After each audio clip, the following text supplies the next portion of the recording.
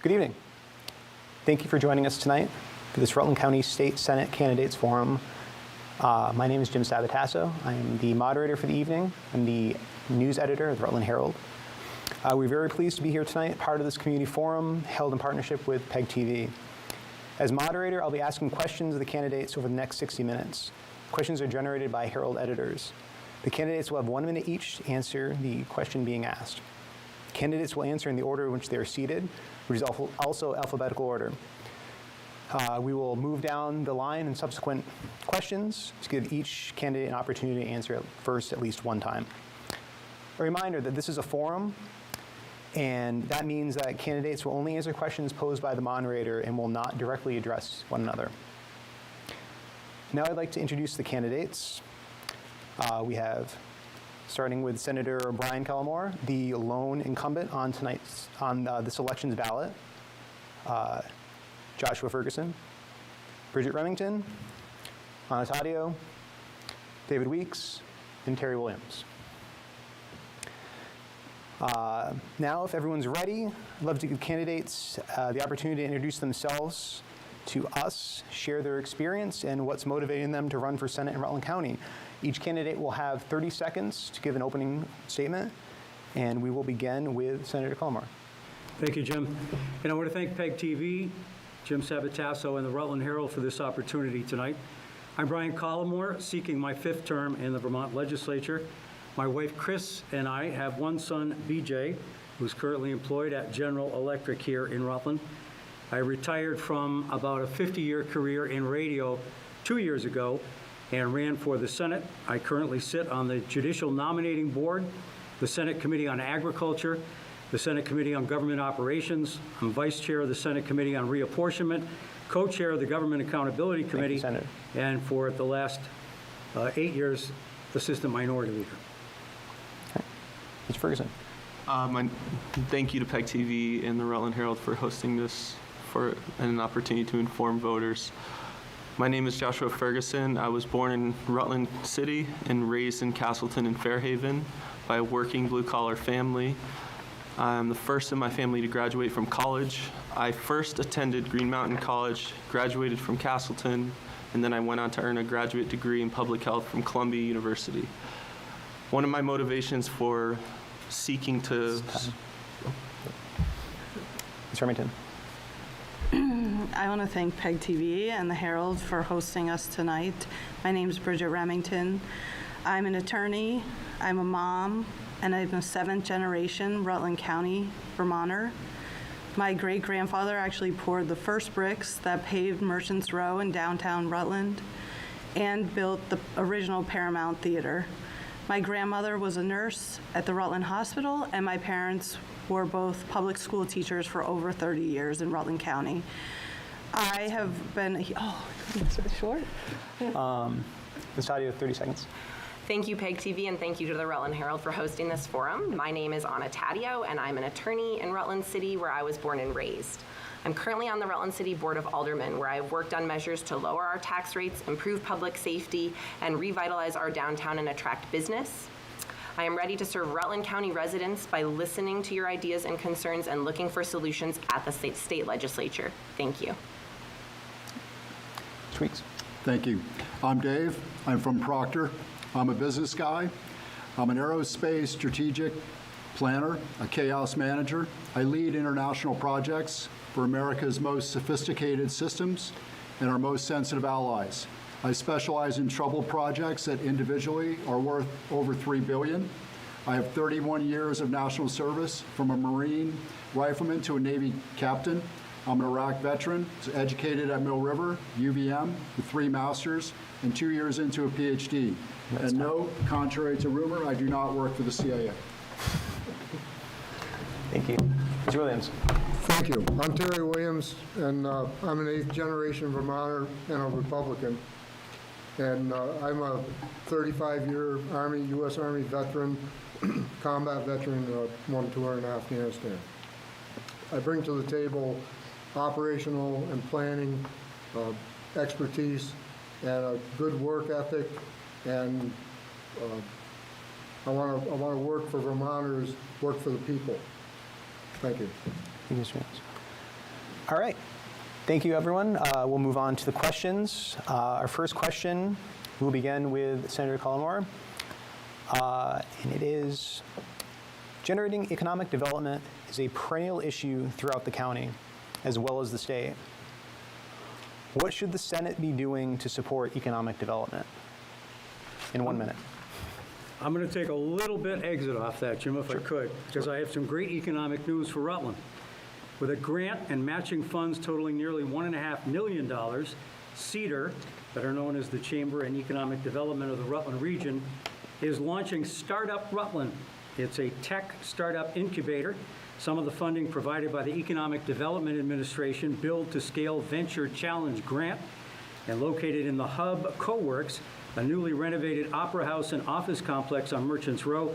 Startup is a Rutland private partnership, public-private partnership between CEDAR and MKF Properties, joined by the City of Rutland, the State of Vermont, the Rutland Regional Medical Center, as local partners who also ponied up money for the community's match of the grant. 5 seconds. Oh, you had, sorry. I was giving you a 5-second warning, sorry. I was going to invite folks to the annual meeting where there'll be tours of Startup. Thanks. Thank you. All right, Ms. Ferguson, same question. What was the question? Generating economic development is a perennial issue throughout the county and the state. What should the state be doing to support economic development? The Senate. So this is one of my main motivations for hoping to serve in the Senate, is to attract new businesses, facilitate the growth of business development and workforce development in Rutland County and the state of Vermont. The recent grant that CEDAR was awarded to develop a tech company incubator are projects that we need throughout the state of Vermont, and I think that will be a driving force of economic growth. I would personally like to support the development of certified B corporations in Vermont, more LLCs, more young entrepreneurs, and diverse business ownership. This is one of the reasons I came back to Vermont, was so that business owners and our peers see us in the Senate working on their behalf, growing our economy. Thank you. Ms. Remington? Hi. As an attorney, every day I work with individuals and businesses. I think the 3 biggest issues that we need to work on to address the issues that they're facing are addressing the child care crisis so that people can get back to work and be working full-time. I think we absolutely have to address the housing crisis, which is preventing people who work here from finding places to live, but it's also preventing young professionals who want to move to our area from being able to take employment here. And third, we have to address the workforce shortages. It's in basically every single sector. It's a broad issue. I'm sure we'll get to it later, so I'll wait to expand on that for now. But I think what we need is really a vision and willingness to work as teams in our community to face the economic realities that need tax incentives. We need to have streamlined regulation that focus on really lessening the burden on our industries. Thank you. Sadia? So the Senate absolutely must support economic development. I'm currently on the Board of Aldermen, and we are working on implementing a TIF district, a tax increment finance system for Center Street in Rutland, which would convert it into a one-way and make it more business-friendly and more pedestrian-friendly.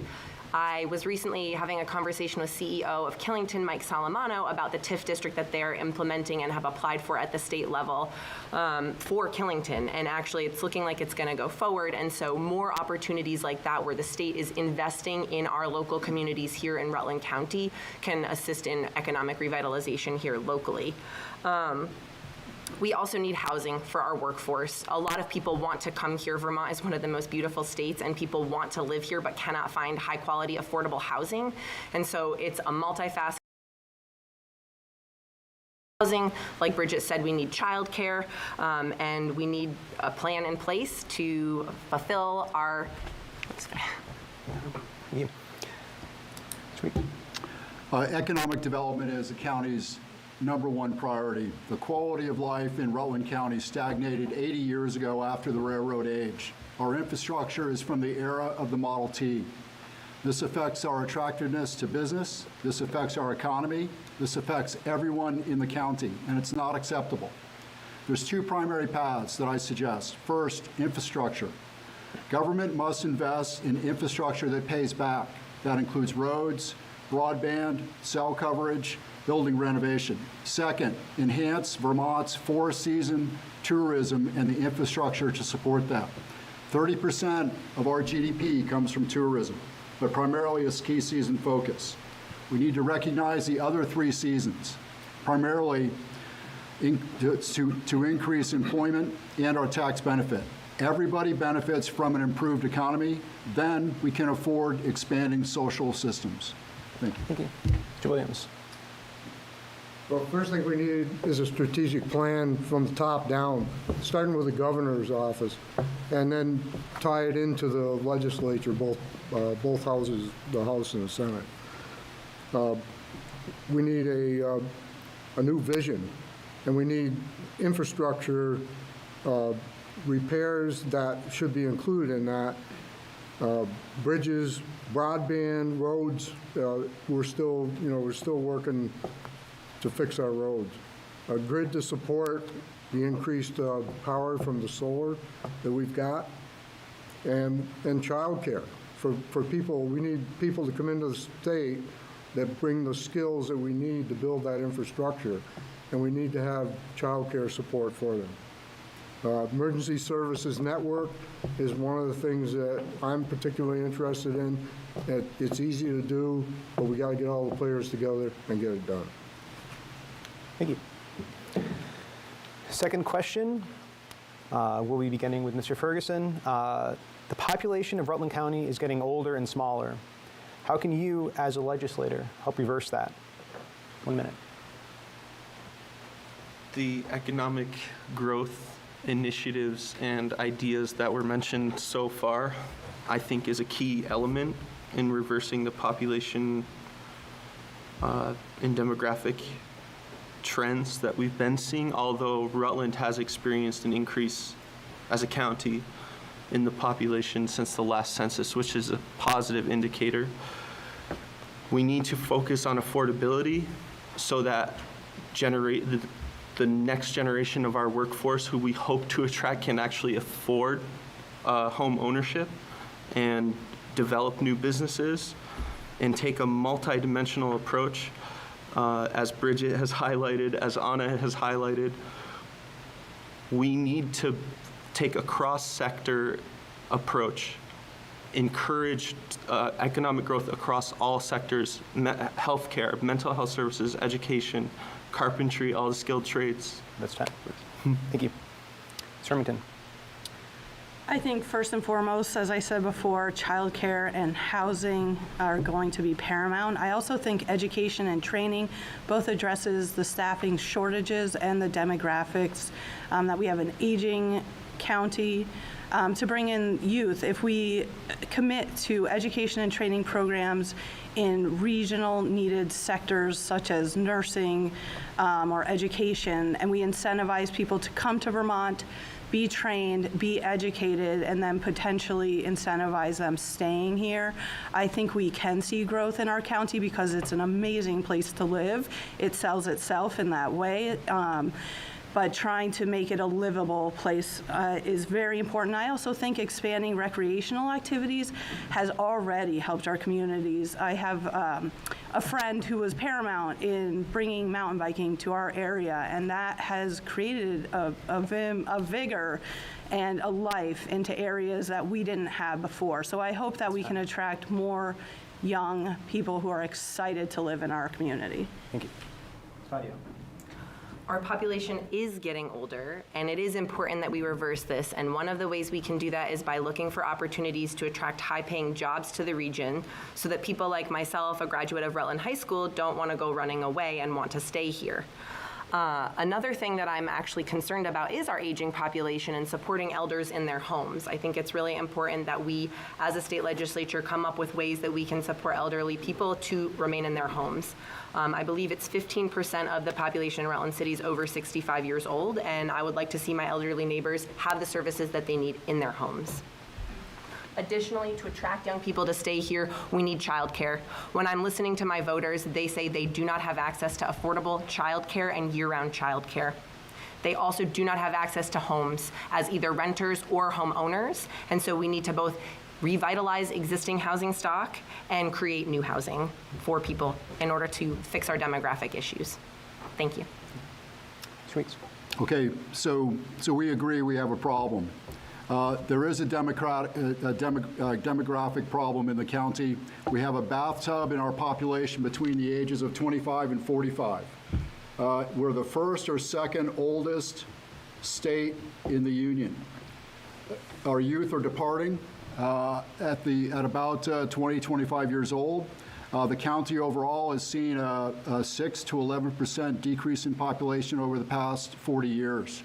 We educate our youth, and then we lose them to greener pastures.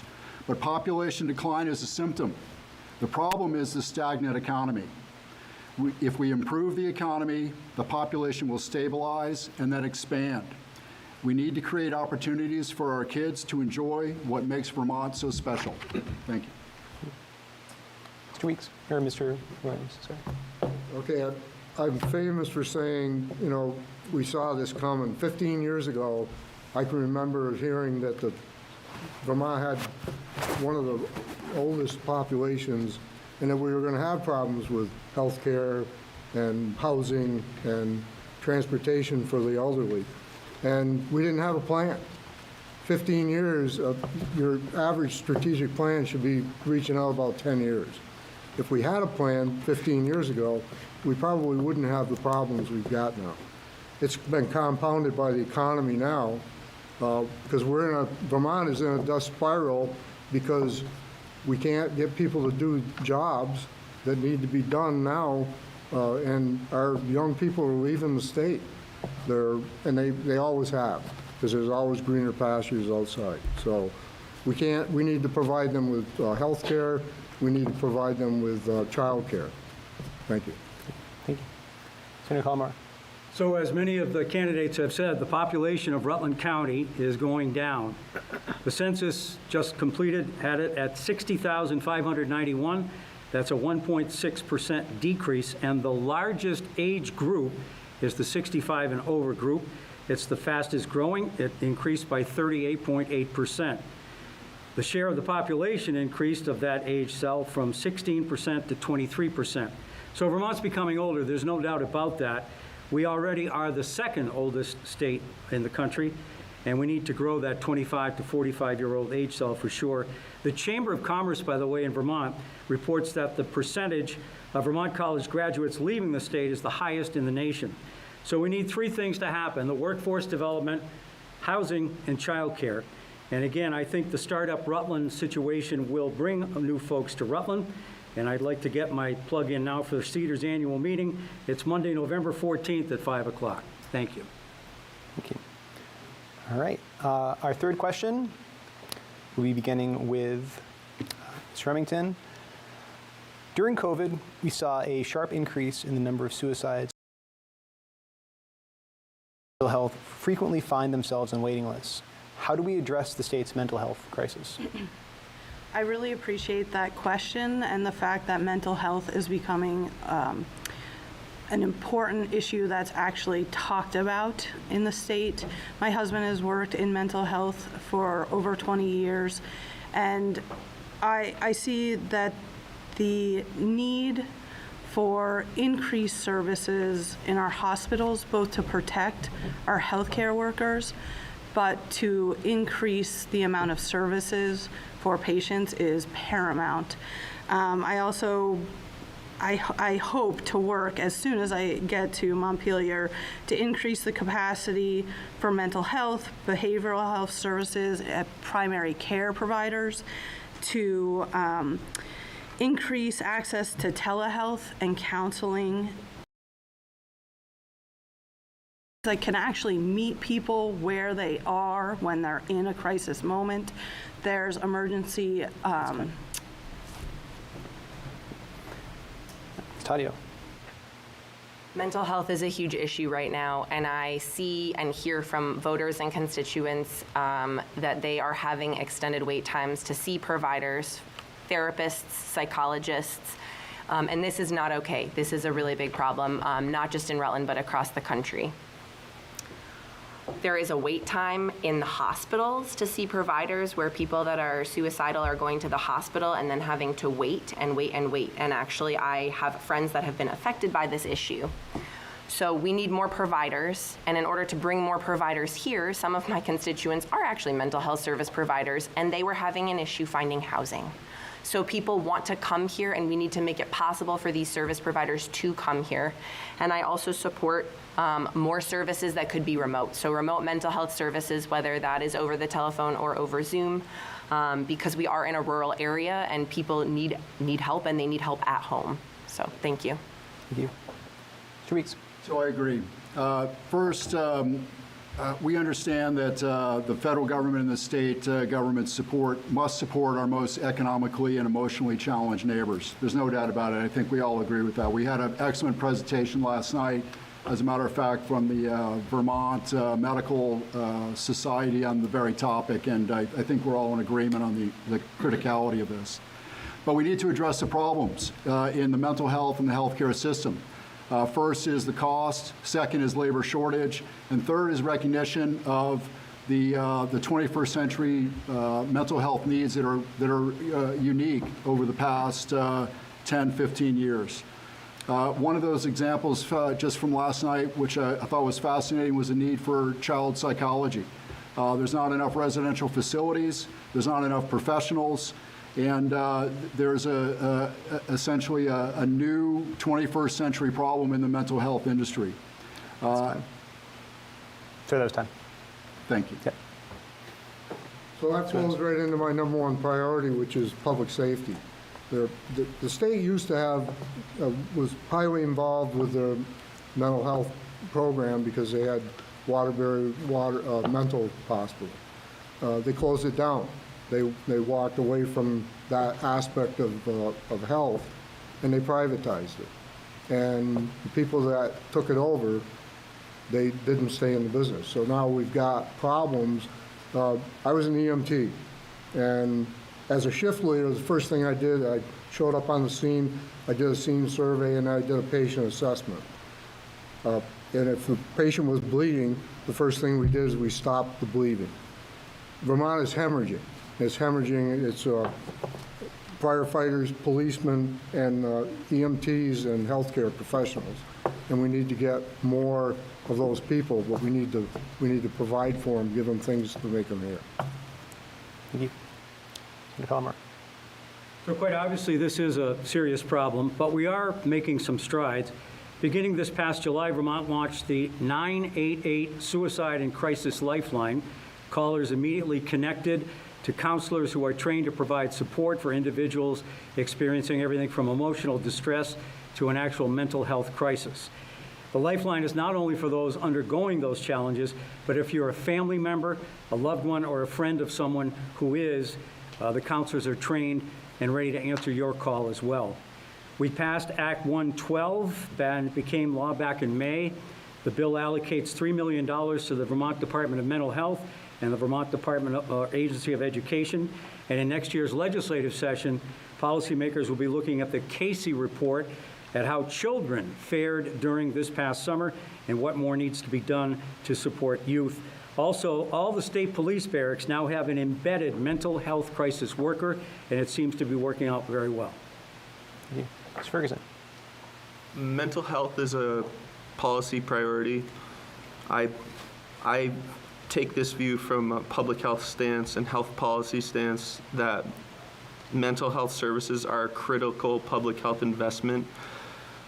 I actually commend the last legislature for standing up and implementing the Crisis Lifeline and now taking a view on remote solutions to meet the needs of more members of our community.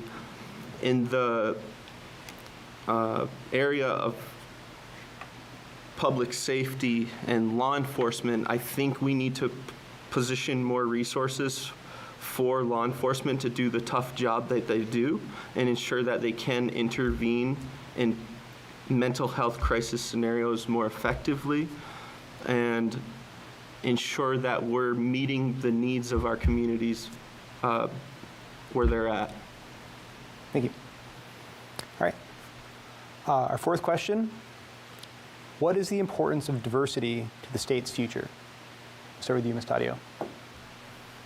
That's a great question, and I think as a state that has a largely white population, we can be doing more to attract diversity. Diversity brings diverse viewpoints, it brings new perspectives, new ideas, and I think it's important for our children to have a diverse upbringing. I am a graduate of the Rutland City Public School Systems and would have appreciated more diversity and more support for diversity while I was there, including equity and inclusion initiatives that I think are really essential. We are a diverse world. This is a diverse country. And so in order to have a representative society, it's really important to bring all voices to the table and be able to listen to other people when they are expressing their needs and their opinions. And I think that Vermont has taken some strides but can do more to support people across the board, whether that's people of color, whether that's our LGBTQA community. Thank you. Mr. Williams. Can you repeat the question, please? Yes. What is the importance of diversity to the state's future? Well, I think that equality and diversity are essentially a bedrock in any society. The way I was brought up and the way I was trained, we all contribute. We all have value in our system. I've been a steadfast proponent of equal opportunity, whether it's racial or religious or sexual orientation. Everybody has a value that contributes to our society, and I simply see that as a bedrock of our culture, and without exception. Thank you. Friends. Okay, the Oxford Dictionary defines diversity is to introduce variety into. And Vermont, when I grew up in the 60s and 70s, it didn't have a lot of diversity. It had a lot of ethnic diversity, but not racial. So when I went in the Army in 1973, it was a very interesting change for me. And basically, the Army was coming out of Vietnam, and there were race riots within the organization. The Army fixed that, and it became an all-volunteer force and a very diverse force, and that's what makes the United States military the force it is today. But Vermont needs that diversity, and we're starting to see it. Our children are growing up with it. And I think we're going to fix the problem. Thank you. Senator Palmer. So Vermont has taken steps to address this. Back in 2019, Vermont created the Office of Racial Equity. The Racial Equity Task Force has made recommendations to the Scott administration in the areas of housing, language access, public health, emergency response, broadband, employment law, and school discipline. Several of those recommendations have begun. The entire legislature and most state employees have undergone implicit bias training annually. Many of the bills passed have had provisions which address both diversity and inclusion. The state police has created a program to ensure fair and impartial policing practices, including traffic stops at all levels. As of 2017, Vermont leads the nation in the percentage of its residents who identify as LGBTQ+, and in 2020, Vermonter Taylor Small became the first openly transgender person to serve in the Vermont legislature, and this past year, Judge Nancy Waples was appointed to the Vermont Supreme Court, becoming the first woman of color seated on the state's highest bench. It's time. Thank you. Mr. Ferguson. The importance of diversity. Yes. There is incredible strength in diversity, and I take the view that our communities benefit from having multicultural fabric stitched together in our communities. I happen to be raised, fortunately, in a small town in Vermont, small town guy, near a family from Puerto Rico, and this sort of opened my aperture of curiosity and cross-cultural competency. And I believe Vermont has a long history of welcoming immigrants and refugees and newcomers of all backgrounds. I support the policies that Senator Collimore mentioned on fair and impartial policing practices. I support the refugee resettlement programs and think that these are critical to Vermont values in our communities. Thank you. Ms. Remington. Going forward, from a legislative perspective, I think we need to bring an awareness to each policy, each legislative initiative, with an eye towards addressing the past racial injustices that permeate not Vermont, but our country, and plan for a new future, both on countrywide level, but certainly here in Vermont, that lets people know that we are open, as we always have been, to newcomers who are ready to work hard and be active members of our communities. And I think that we have been open in many ways as a community, but I think we have strides to go. And I want to be part of that team that helps let diversity flourish here. Not just come, but flourish, give people opportunities, housing, childcare, education, and training. Thank you. Thank you. All right. Our next question. Law enforcement and a number of citizens have expressed frustration with the seeming lack of consequences for a variety of crimes. Has criminal justice reform in the state gone too far? We'll start with Mr. Weeks. So I'm an advocate of the rule of law. Due to my top secret SCI security clearances, the U.S. knows everything about me. I'm fully vetted, and I'm okay with that. We have a foundation based on the Constitution, courts, and the laws, and I support that. I believe our system works. I believe it's imperfect, but I believe it works. Thank you. Mr. Williams. Can you repeat the question? Yes. Law enforcement and a number of citizens have expressed frustration with the seeming lack of consequences for a variety of crimes. Has criminal justice reform in the state gone too far? No, I don't think it's gone far enough. I think that we need to get back to enforcing laws that are on the books, but we can't do it because we don't have enough policemen and women to do it.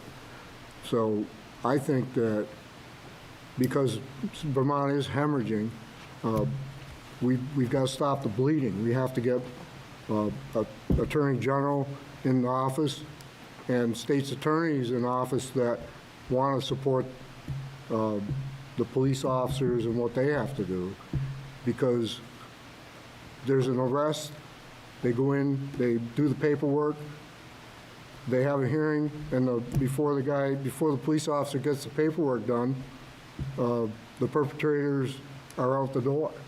And because we don't have no cash bail, but we might as well have. Thank you. Thank you. Senator. Thank you.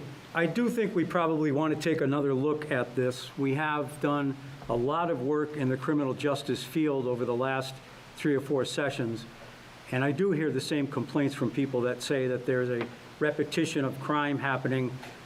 People steal stuff in a store, they're cited, they don't show up, and it seems to go on. I want to point out, though, one of the solutions that I think makes this happen, and it's a good thing, the staff and local volunteers at the Rutland County Community Justice Center at Brock Community Action, they have set up a really neat program that provides referral and support for offenders coming out of incarceration.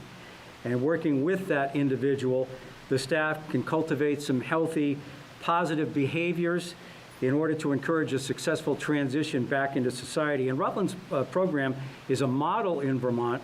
It's the only one statewide located within a community action agency. So I think there's more to do. Thank you. Ferguson. I think our system on the whole needs to better address the underlying causes of crime and the mental health issues that we've all addressed repeatedly. I also think we need to be a little bit more innovative on how we strengthen our programming for referral programs, but also vocational skills training for individuals who may never have had the opportunity to have a contributing experience in their community, or maybe perhaps are the first in their family to own a business. So I think we have to address the underlying causes of crime and make sure that our law enforcement has the resources and tools to do the tough job that they're doing. Thank you. Ms. Remington. I'm an attorney, but I have avoided criminal law my entire career. So it's not something I have a lot of personal experience in. When you ask, has criminal justice reform gone too far? I don't know if that's the root of the problem. When I talk to people who are state's attorneys or in law enforcement, it seems that the root of the problem in our regional area anyway really has more to do with substance abuse and opioid addiction that is either left untreated or undertreated, that we need to expand services in those areas, social service areas and mental health services.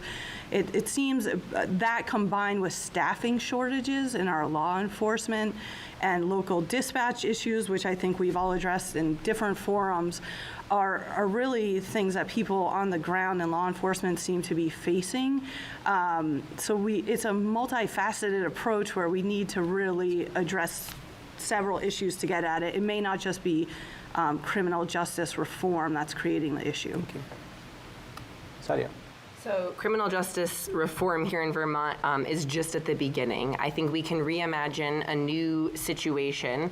Vermont has overcrowded prisons, and we export some of our prison population out of state to for-profit prisons, and I would like to see that practice ended. An issue that I constantly hear from our officers locally is that there is a lack of sworn officers. So our police force obviously needs more help, but I think that a way to do that is, for example, what we've done here in Rutland City with Officer Prouty, where we brought him back as a community resource officer.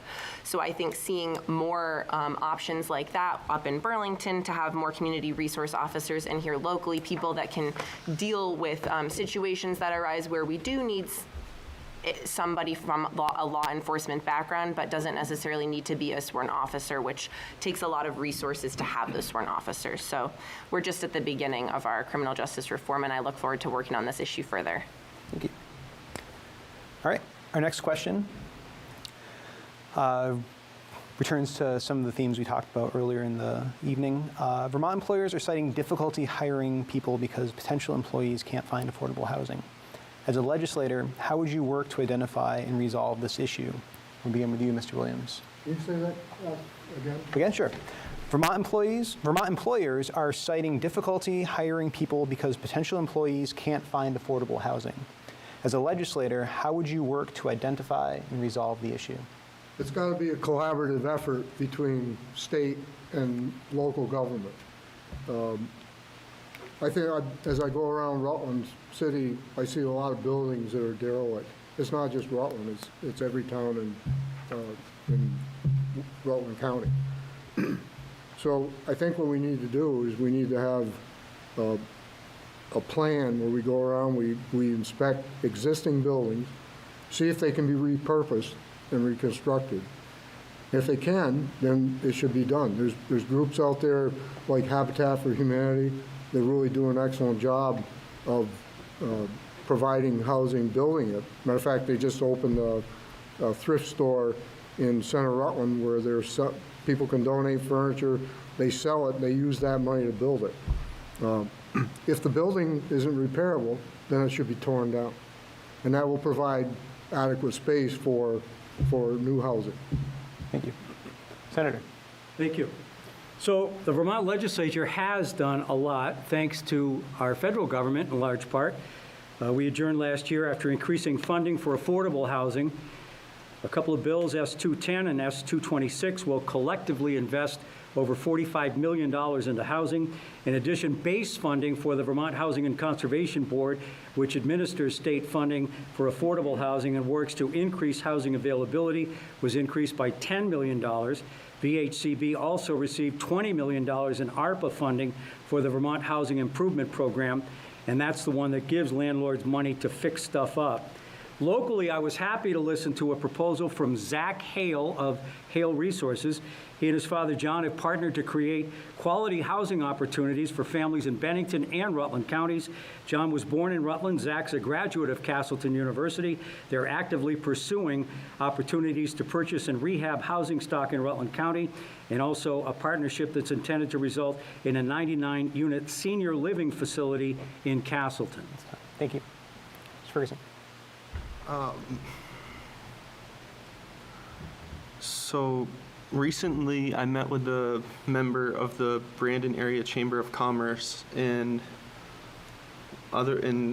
several of the members pointed out that many of the downtowns in Rutland County have second-story or third-story units and just structures that are not being used, or they're not being used suitably for the need that they can meet in the community with regard to housing. And I want to draw a parallel with a recent success in Brandon in second-story development to some nursing professionals had mentioned a large structure that could be potentially converted into housing for nurses. And I think we need to pursue projects like this with the funding from ARPA. And Thank you. Remington. As everyone has talked about tonight, housing is a major issue. I want to incentivize and promote accessory dwelling units. We have one in our house and it works. Revitalizing existing housing stock and creating concentrated community living solutions, as well as incentivizing market rate housing development through new construction and the reuse of alternative facilities, which several people have discussed tonight. I also want to support and expand programs through existing housing organizations. Vermont has an extensive network of organizations that Senator Cullimar spoke about, including VHFA, VHCB, the Rutland Housing Trust, planning commissions. It's an all hands on deck issue. It has to get addressed immediately when the legislature gets back to Montpelier. Thank you. Sadia. Housing is the single biggest issue that I'm hearing my constituents talk about. And so this is going to take a whole grand solution of both developing new infrastructure and involving smart growth planning, and then also refurbishing existing housing stock. There are a lot of homes that we theoretically could be putting people in, but they just need weatherization or some small scale improvements. And through grants through the state and the federal government, we are going to be able to, at the local level, refurbish those houses. On the Board of Aldermen, I've been excited to support housing initiatives, including the re-envisioning of a portion of the old College of St. Joseph campus with the Rutland Housing Trust, and I would look forward to supporting other projects like that. I think it's really important to use the existing resources that we have before just generating new spaces. I think that we can be really skilled. Another thing that I would like to support is a possible small proposed change to Act 250 that if we have a question about that later, I will get to. Thank you. Sweet. To address the current need and the expanded need in supporting an economic expansion, housing is central. We all agree that affordable housing is needed, but Act 250 interferes. When you need to expand by 100 or 1,000 units, Act 250 is going to kill it in its current form. It's an uncoordinated left hand and right hand. Act 250 needs to be faster with reduced bureaucracy and less costly. The supply market will adjust to the demand if there is reduced regulation. We need to maximize the restoration of dormant housing. I think we all agree on that. Empty downtown businesses and unused industrial facilities. We need smart growth locations, transit accessible with limited sprawl. This can happen with a decent blended-in architecture. While we must maintain our culture, our architecture, and our sustainability. Thank you. Thank you. All right, our final question, since a couple of you read my mind, is about Act 250. So, no candidate for public office has said Act 250 is good as is. How specifically would you change it? Back at the top of the order with Senator Collmore. Thank you. I think, as is true with any statute, you should look back from time to time to make sure things are working well. I think we've heard from business developers over the years since 1970 when it was first enacted that it probably needs to be looked at again. As Dave Weeks just mentioned, I think the process needs to be a little bit more streamlined. It needs to be more predictable, timely, not overly expensive to go through the process. And I think we can strike a balance between what would normally be considered negative development, harmful to the environment, and one that vitalizes the economy and is necessary for the continued growth. So I'd be in favor of taking a look at it. I don't have specifics right now. That'll come out of our Natural Resources Committee. Thank you. Mr. Ferguson. I agree with the notion that a law created over half a century ago needs to be revisited. I think with Act 250, many business owners and developers view it this issue that we're trying to tackle. We need a framework that's viewed more as a resource. How can we deal with the intent of protecting the environment, having complementary zoning codes, and the proper incentives to protect the environment and balance the growth that we're looking to achieve. And I think modernizing Act 250 is one of the key legislative issues that we can use in this effort as a tool in our tool set. And yes. Thank you. Ms. Remington. I attended Vermont Law School, and there I focus on energy and land use primarily. Straight out of law school, I was a hearing officer for the Public Utility Commission, and there I utilize Act 248 every single day, which is a statute that requires the use of Act 250. So this is an area where I have a lot of experience from a government side, but then when I left government, I worked for a time and still do for people, businesses and landowners who are trying to get things done. And we know that from a development side, there are challenges with Act 250. It's possible, I think, through the work that was done when you look at 248, the regulatory rules, that you can streamline something like this by adding staff and by reducing the criteria that really are no longer used anymore. And so I think there's a lot of opportunity there, increasing staff at the district level and at the state level to streamline the process. Thank you. Thank you. Ms. Talia. So my background's actually environmental law, and one of my biggest priorities is to address our climate crisis. That being said, with Act 250, we do need a balance between development and environmental protection. We have a housing crisis, and we desperately need more homes for people to live in. And so we need to revisit Act 250 and see ways that we can soften some of the impacts it's having on our housing development specifically. On the environmental side, we are losing 15,000 acres of green space per year, and trees directly combat climate change, having trees. So we obviously need to both maintain our environment, but then find ways that we can soften Act 250 so we can bring more housing on the line. And one of those proposed changes that was actually in the legislature this past year, and this is a provision of the bill I would like to reintroduce, but that it would not apply to priority housing projects funded by the American Rescue Plan if 80% of the units were considered affordable for at least 30 years. So an incentive to bring affordable housing back online. Thank you. Thank you. To me, it's all about Act 250. We need to address roads. We need to address infrastructure and buildings. We need to renovate our dormant housing and our dormant business spaces and repurpose our unused industrial sites. We can do this by building sustainable, attractive housing within our downtowns and our villages. Rebalancing Act 250 addresses affordable housing. We need to keep an ecological perspective, but not stagnate the economy. It's over-bureaucratized, it's time-eroding, it's costly. Act 250 is driving away new business. Act 250 is a 20th century rock wall interfering with our 21st century quality of life. We need to refocus Act 250 on the housing and infrastructure that benefits the entire community. Thank you.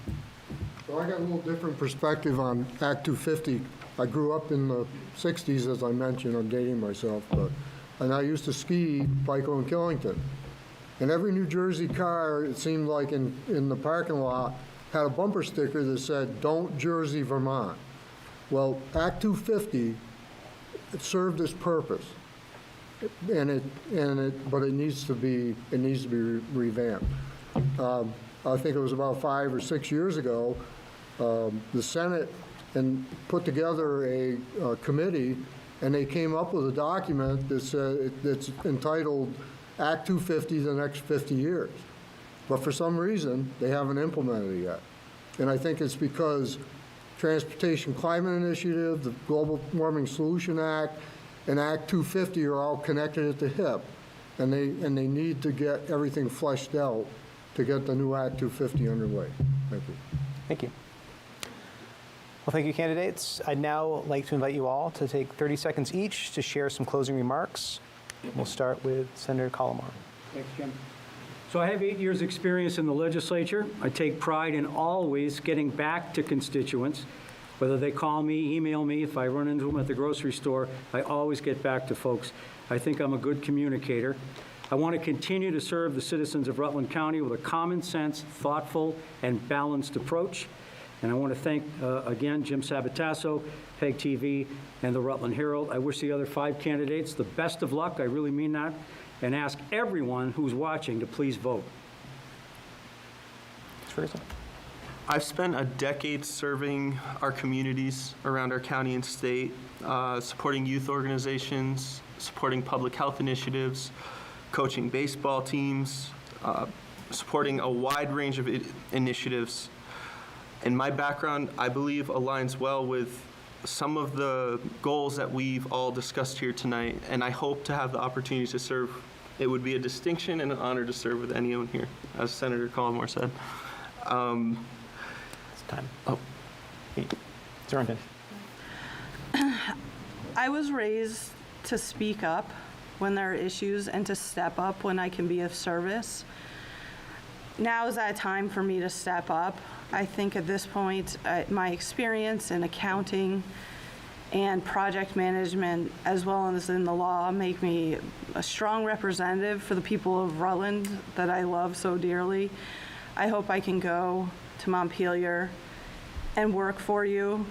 I'm just a regular Rutland girl at heart. Thank you. Thank you. Sadia. I'm running for the state senate because Vermonters deserve high-paying jobs, guaranteed health care, and expanded access to high-quality, affordable housing, childcare, and elder care. I am running for the state senate because we need a bold agenda to address climate change and because we must protect our reproductive rights. When we work together, we can ensure the best possible future for Vermont. I look forward to serving you in the Vermont State Legislature with some of the folks here tonight. And thank you again, Jim and the Rutland Herald, for having us tonight. Sweets. It's easy to spend other people's money. It's harder to grow an economy for the benefit of the full community. We need to apply a business perspective and revive our quality of life via the local economy.